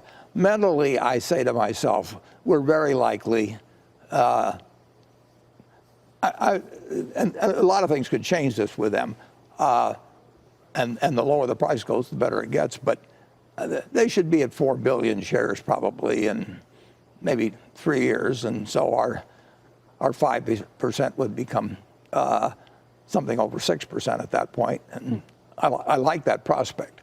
And then we might buy some ourselves, who knows, it depends on the price. But they will buy a lot more stock if it's cheaper than if it's higher, and you know, it's just simple math. We're better off if in the next 3 years Apple is cheaper. You loaded up on financials in the fourth quarter. You added to your stakes in J.P. Morgan, Bank of America, Bank of New York, PNC, and U.S. Bancorp. And 6 of your top 10 holdings, I believe, are banks at this point. Why so much emphasis on the financials? They're very good investments at sensible prices, based on my thinking, and they're cheaper than other businesses that are also good businesses by some margin. And a couple of those we own 9.fraction% of, and I don't like to go to 9.9 because that means the next quarter maybe I have to sell something. So I try to leave myself a year to 2 years of repurchases. But Bank of America has been particularly aggressive on buying his stock. And Brian Moynihan has done such a good job running that company since he took over. I mean, he was the most underestimated bank executive in the country, and he is everything he said he would do. He's done it, and he's beat it, and he sets tougher targets all the time for himself, and he's been smart about repurchasing shares. J.P. Morgan is a relatively new stake. You had 35 million in the third quarter, and that was a new stake. You raised it to $50 million, or 50.1 million shares, I should say, in the fourth quarter. Is that your purchase? Because for a long time you held it in your own portfolio. Why now? I've still got a little bit, but that goes back years and years and years. Yeah. So why J.P. Morgan now? Well, the better question is why we were so dumb about not buying it earlier. and the answer, I was dumb not buying it earlier. But it's a very well managed bank, and banks are. You can find a bank like J.P. Morgan earns maybe 15%, maybe 17% even on net tangible equity. A business that earns 15 or 16 or 17% on net tangible equity, that's incredible in a world of 3% bonds. I mean, just imagine that you had a deposit account with J.P. Morgan, that they made a mistake and they gave you 15% on it and they couldn't redeem it. What would you sell that account for? You wouldn't sell it for 100 cents on the dollar. You wouldn't sell it for 200 cents on the dollar. You wouldn't even sell it for 300 cents on the dollar. You'd have an FDIC guaranteed instrument that would now be at 300 cents on the dollar. If it was 15% on equity, you'd be earning 5% on it, which is way better than treasuries. Now, if on top of that, your deposit allowed you to let your interest compound to some extent, now that instrument becomes even worth way more, because if you have an instrument that could compound at 15% for 10 years and use the added capital, that's worth way more than 3 times tangible equity at current interest rates, way more. So, you know, a lot of things can happen that change that equation around, and the banks, like almost all other American business, got a big plus last year with the new tax bill. I mean, corporations benefited a lot, including Berkshire, including the banks. That can be taken away, too. But on the other hand, the FDIC now has gotten replied. There were special FDIC charges on the big banks. They ended here recently because the FDIC has $100 billion in it now. That money has all come from the banks. The U.S. government has not put any money in the FDIC. People think that that somehow the FDIC is financed by the government. It's guaranteed by the government. But the FDIC was started in, I think, January 1st, 1934. And I think one time it borrowed temporarily, but it doesn't have a dime of government money in it. That money, and now they've got $100 billion in there, and the banks are much better off because that fund takes care of the bank here and there that goes broke. Incidentally, last year was no bank in the United States, no FDIC bank went broke. That's the first time in a long time. Let me slip in one more question before we take a break. Oracle, that was a stake that you suddenly popped up in the third quarter that Berkshire had $2.1 billion of Oracle shares at the end of the third quarter. It went to zero at the end of the fourth quarter, which it's really unusual to see a technology company creep into the Berkshire holdings like that, and it's even more unusual to see it flushed out so quickly. Was that you? Yeah, and Larry Ellison's done a fantastic job with Oracle. I mean, I've followed it from the standpoint of reading about it, but I felt I didn't understand the business. Then after I started buying it, I felt I still don't understand the business. I actually changed my mind in terms of understanding it, not in terms of evaluating it. I mean, Oracle is a great business, but I don't think, particularly after my experience with IBM, I don't think I understand exactly where the cloud is going. I've been amazed at what Amazon has done there, and now Microsoft is doing as well. So I just don't know I don't know where that game is going. That leads us to F4, which is a question from a viewer named Mark Hall, who said, with IBM bouncing back, how do you feel about getting out? I'm glad I got out. We got out at a lot higher prices than this. And then but I'm not knocking what they're, but the whole market's come back. And the market's at a high. That doesn't mean I don't mean it's at a high and then it's going down subsequently. I mean that it's just high. It's higher than it's been on it, for really ever. I mean, when we met here 10 years ago, the S&P was at 666, and within a day or two of when we got together, and people thought America was washed up, and they were afraid of America. And what's happened? A quadruple in 10 years. How many quadruples do you get in your life? You're a company that has never really shopped around for deals like that. What do you think of companies that do get special deals from states? Well, I've actually helped Nebraska a few times when the governor or somebody's asked me to call a company. And everybody does it. I mean, it's just, it is a competitive game on locations. But it can be a little irritating in a sense when you're already here and you're employing thousands of people and they want to give special incentives to somebody who, and which they haven't given you, and in some cases to be your competitor. I mean, Amazon's going to compete plenty in New York regardless, but I mean, Amazon's is going to affect negatively the business of many, many, many companies in every state, including New York. That is, as Jeff Bezos says, your gross margin is my opportunity.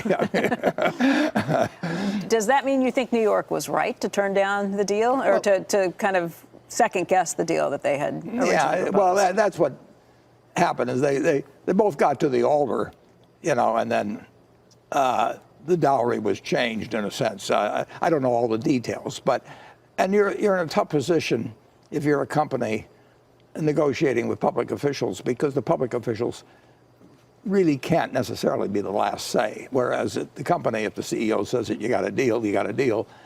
And on the public side, there's a city council that has to ratify a mayor or something of the sort. So it's unequal that way. Now, our experience in New York and Buffalo has been fantastic. I mean, Geico went there and we got 3,000 people, and the communities helped, and Governor Cuomo's helped. I mean, just generally, it's been very, very, very good for us. But I think if you're going to have a bad marriage, it's better to find out before they pronounce you man and wife than after.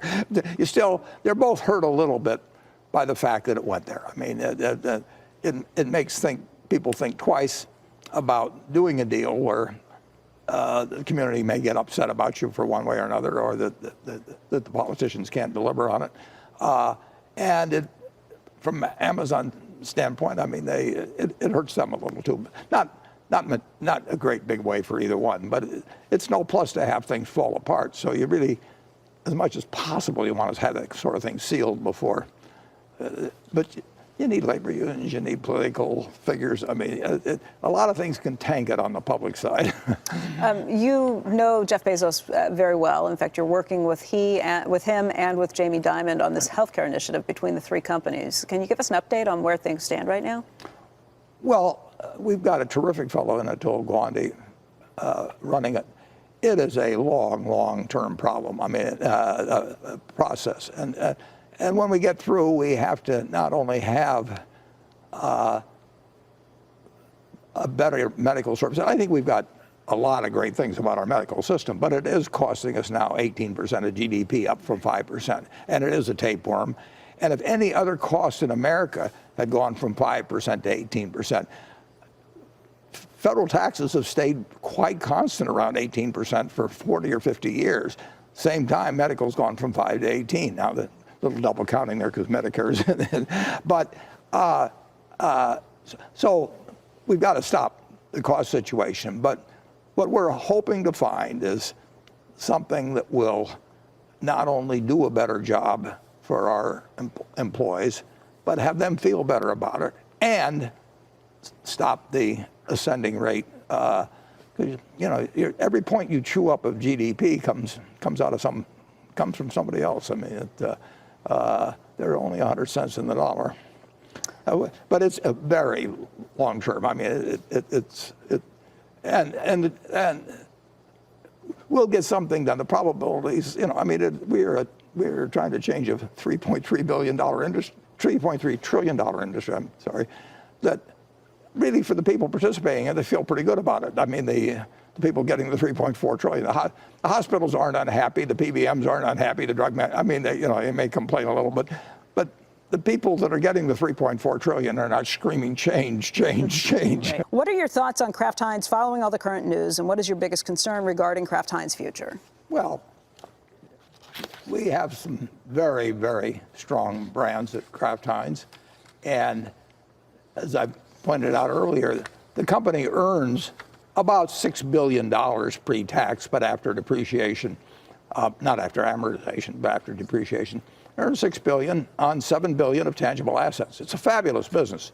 It's in terms of return on tangible assets. I mean, this is a great business. We're sitting here at the Furniture Mart, but the return's much higher at Kraft. It's much higher than it is at J.P. Morgan. It's much.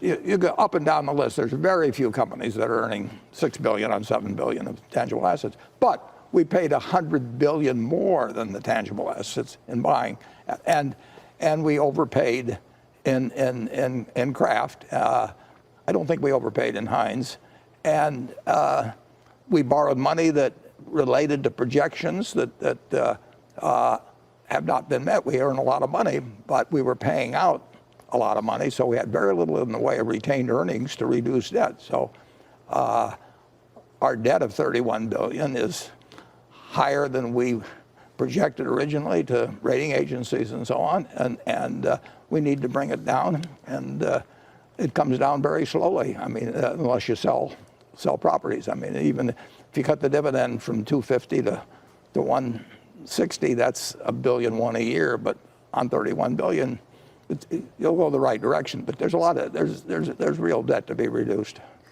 A lot of people wrote in and had questions about your partnership with 3G. 3G were your partners in the Heinz deal, and then with the addition of Kraft as well.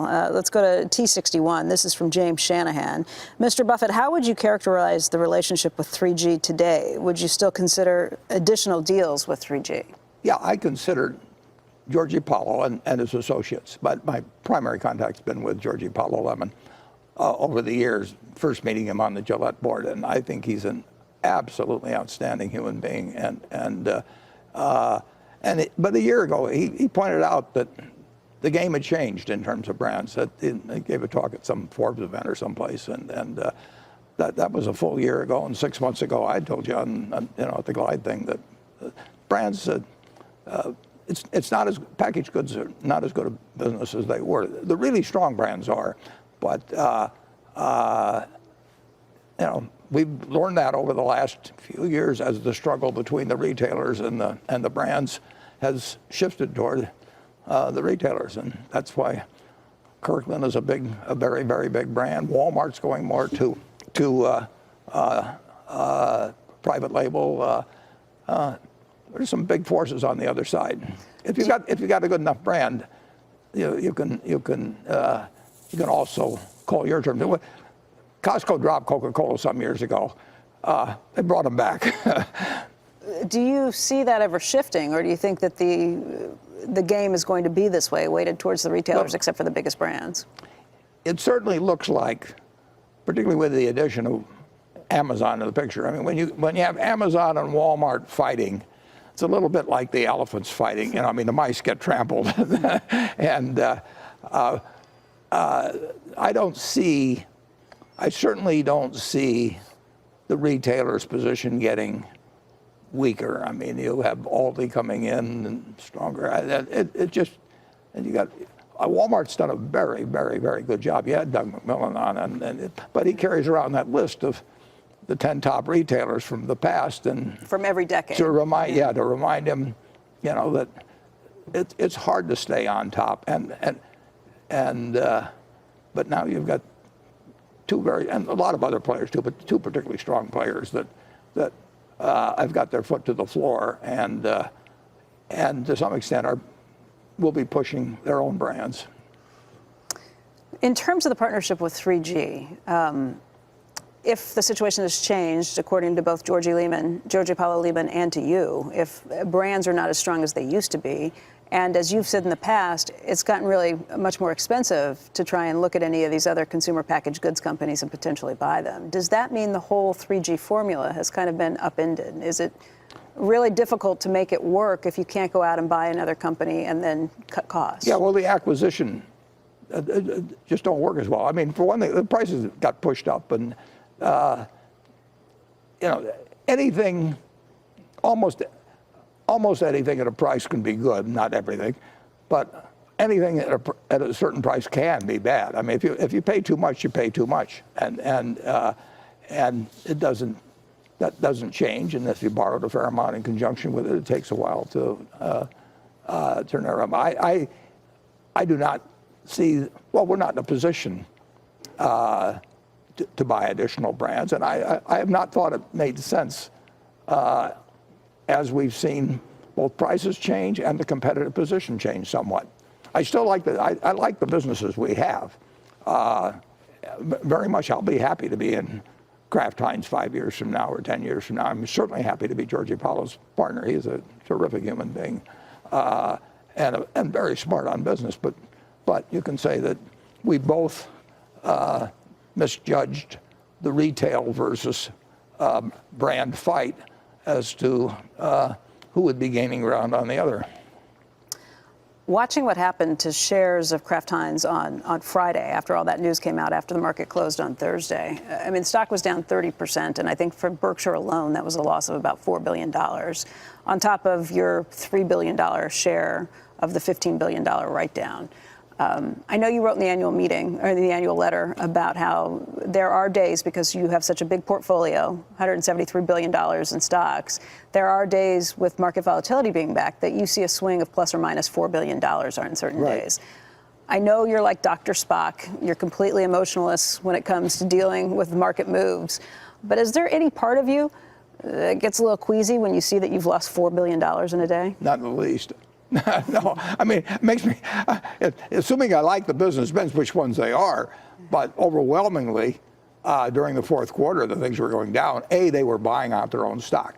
So I'm actually making money that day, without laying out a dime.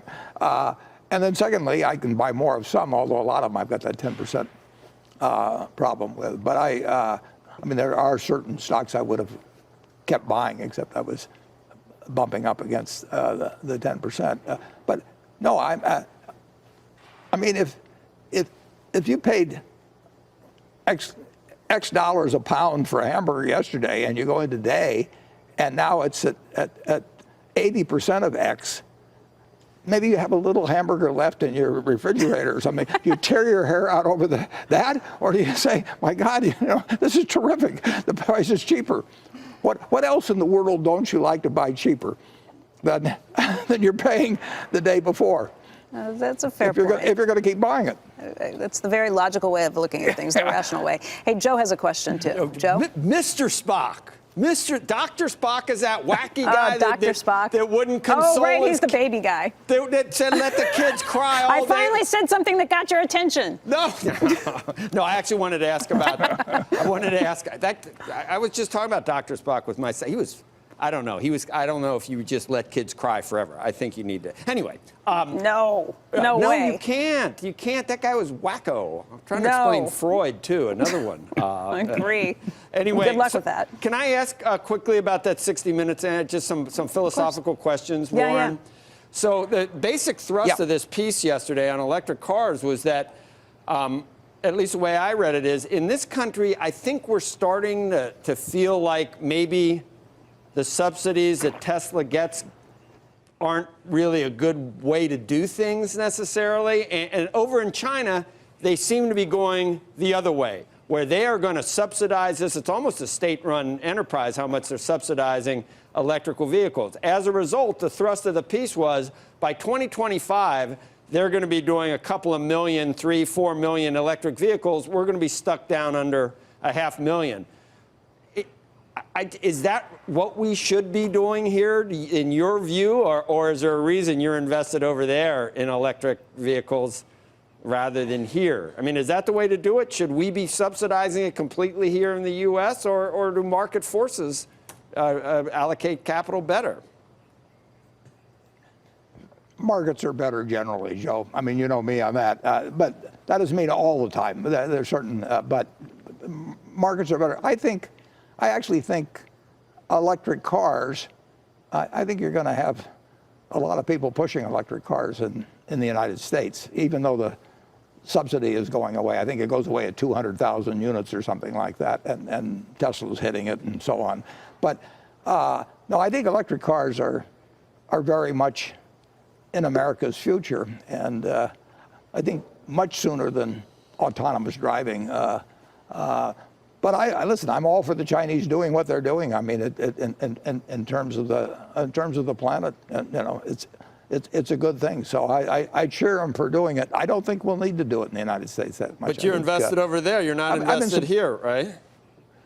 Oh, we bought the BYD 10 years ago, and Charlie called me up and said, buy this, and that is totally Charlie's position, and it's done fine, and he keeps in touch with the management and all of that. That is not something that I could not tell you within 20% what the price of BYD is. I don't look at it. Okay, so that's not your thing. Okay, but just watching at it, the spin I was getting from 60 Minutes was that, we don't understand that certain industries you need full-on government assistance or almost subsidies out there, 10 times what they are right now to try and win at something, which is not surprising for 60 Minutes. But I was just wondering whether you thought we're going to fall behind if we don't have a concerted government effort to prop up the industry.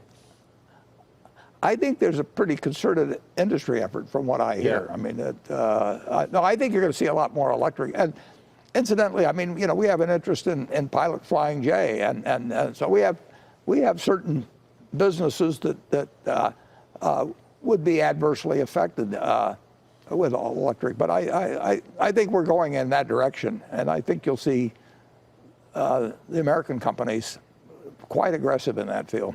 All right. I was listening the whole time, Becky. What do you mean that's the only time I'm listening? I was listening. I've been listening. I got nothing else to do here but listen. So I was listening. I just like that. I like that. You know how much I love mixed metaphors. My favorite is it's a walk in the cake. Or there's just so many good ones if you can mix them up. But when they start working on March. March Joe, start working on your March Madness ballot. I know I won't. You know, I know how you operate, Buffett. I mean, yeah. Why don't you just offer $100 billion to someone who gets a perfect bracket? It's never going to happen. It's never going to It's never going to happen. Ever. No. It has happened once, didn't it? Well, Didn't the kid win a few years ago with a perfect bracket? Not against all you have to do is get through the first bracket to win $1 million, assuming nobody else wins at the same time. Then you split the million. Right. It's great. Though. I can't wait. But we had 5 of them. 2 years ago, we had 5 of them that got to the last 4 games and perfect. That's amazing. And 4 of them went out on one game and 1 went out on the other game. But they split it. What are your thoughts just in terms of looking around, trying to find businesses, trying to find pieces of business versus when you started the game? Well, it's harder for 2 reasons, one of which is peculiar to us, is we've got a lot more money. So our universe of possible things to do has shrunk from thousands and thousands of things that I used to look at when I had small amounts of money to relatively few things now. See, that seems to defy logic. I have more money, so I have fewer things I can do. But it's just because a deal, it's got to be much bigger. Doesn't move the needle. Yeah. So there's probably 100 stocks. You know, if we put $5 billion in something and it's 10% of the market cap, which would be as much as it would be, you're talking 50 billion in up market caps, and 5 billion is 1% of Berkshire's value. So if it goes up 50%, we make 0.5%, you know, basically on value before tax, 40 basis points afterwards. I'd love to have your problems. Yeah. So, and then the second thing is, I mean, obviously got way more competition than when we started in really when I took Ben Graham's class in 1951. I mean, the whole world was my oyster because people were not going through the manuals, and you had to. It's easier to get the data now, for one thing. I mean, just with the internet, far easier. And I used to mail away for annual reports and go to the Interstate Commerce Commission, the Public Utility Commission, the Insurance Commission. I went to all those offices and dug through papers, and now it's, you know, it takes five seconds for somebody to get the same information. I'll ask this very fleetingly. Has your position changed on Bitcoin? No, I mean, it's too bad, but Bitcoin, it's ingenious, and blockchain is important, but Bitcoin has no unique value at all. It doesn't produce anything. You can stare at it all day, and no little Bitcoins come out or anything like that. It's a delusion, basically. So we've gone from rat poison squared to a delusion. Well, kind of an upgrade. Yeah, I don't. Who knows where we'll be next year? But I'm really sorry it happens, because people get their hopes up that something like that is going to change their lives, and it was a very ingenious thing to figure out how to have a limited supply and make it harder more expensive to create them as you go along, and all that sort of thing. But it doesn't. The function. And this is explained to me by people a lot smarter than I am, but they say blockchain does not depend on, you know, and JP Morgan is talking about creating their own, you know, JPM, and it'll be worth $1. I mean, it's matched to the dollar to dollar, and I'm sympathetic to people that own it. There are a lot of questions that are kind of like the new Bitcoin questions. We got several questions that came in to ask you about. I'll go to T46. This is Forca Design, LLC. Do you think the hemp and marijuana industry is a viable industry to invest in, even though there are still restraints on how capital can be moved and used? We got lots of variations on this question. It's an industry that I don't know really anything about, usage or otherwise. Never? No, never. No, I couldn't figure out how to do it. I couldn't even smoke a cigarette. You were talking to a guy that doesn't pick up things very fast. What do you think about college athletes and whether they should be paid? And I ask you this, having watched what happened with Zion Williamson, the Duke player whose Nike shoe blew up on him last week. It kind of reignited that whole debate. And you're a longtime watcher of college athletics. Well, I'll say this. If I was an athlete, I think I probably should. I would probably have a view on it. I should be. I mean, that you are I mean, if you're really good, you're of enormous commercial value. And the rules of design are designed to prevent you from cashing in on that commercial value, you know, for some period. It doesn't. So the the rich schools are going to win then. Harvard may have a resurgence of football. This one came in T28. Mitsutaka Goto said, do you see any irrational human behavior by investors or corporate Americans right now? You're kind of, you and Charlie are kind of like the police of corporate America. What do you see that you don't like right now? Well, there's always a certain number of people doing things that are designed to take advantage of other people. I mean, the market is so big, and so there's always been people that, you know, maybe it's Bitcoin, maybe it's new issues. I mean, look at all the things that have been created around Bitcoin. I mean, and there's been a lot of fraud and disappearance and all these kind of things. It attracts charlatans basically because the money's so big. I mean, if you go out and do something phony and selling yo-yos or something, there's no real money in it. But when you get into Wall Street, there's huge money, and you can do it with little pieces of paper, and they don't bounce back on you for a long time. And a lot of people get, well, Madoff was the ultimate example, but that's going to happen, and that's why we've got an SEC and why we've got courts, but it'll always continue. It'll always need policing. There are a bunch of new technology IPOs that are slated to come to market this year. I think back to what you thought about the tech IPOs back in 1999 and not wanting to be near them. These are a little different. A lot of these actually have earnings. You think of an Airbnb, you think of a Pinterest or something along these lines. Is this different? How do you value this stuff? No, yeah, but the big ones have losses, and some of them report earnings differently than I would report earnings. I mean, we haven't bought IPOs, and if you think about it, you've got a whole bunch of people on the other side who have an interest in marking up each stage of it, even if it's phony. Sometimes they offer one price for the employees that already have the shares, but then they have an artificial price so they can say that this round went at a higher price. They're picking the time to sell to you. I like it when I'm picking the time to buy in a 2008 rather than having them pick the time when they've decided this is the time we can cash in by selling to you. We're going to do you a big favor and let you buy in. So I have never been a big fan of IPOs, and the valuations are kind of staggering now on some. Any in particular? No, not that no. Nothing you feel like discussing. By category. But the category of those that you think the valuation is staggering is based on what? Just earnings per the market for some of these? I mean, if a company's going to come public, we'll pick a figure, $50 billion. Okay. What should you expect it to earn in 5 years? You should certainly expect it to be earning $5 billion pre-tax. I mean, if you wait 5 years to get 10% on your money, and people, they don't sell them that way. You know, there aren't that many companies that earn $5 billion or more pre-tax. There's a fair number, but it's not that easy, and it's particularly not that easy if you count what you're paying the employees and stock options and all that sort of thing. A question came in. This is T112 from Todd Marshall. He says, "Who wins more at the card game bridge, Buffett or Gates?" Who wins more when you play bridge? I probably play 100 times as often as Bill, so that's probably the only game in the world where I'd have a slight edge with him. A very slight edge, and if he probably spent 2 solid days working on, he'd do better. While you bring up Bill Gates, Melinda Gates has got a book coming out on April 23rd. I think is one of the best books I've ever read. What's it about? It's about women, and it's about women around the world. It's about herself, and it's very candidly told, and the stories are terrific. And I read it the other day at one sitting. It's only 220 or 30 pages. Coming out April 23rd. And I think it'll be a huge seller. That's great. We'll look forward to seeing it. Another question that came in is T55. Steve Pilgrim asks, for those of us who have lived our lives and careers reading and listening to Warren Buffett and Charlie Munger, to whom do they recommend our grandchildren listen?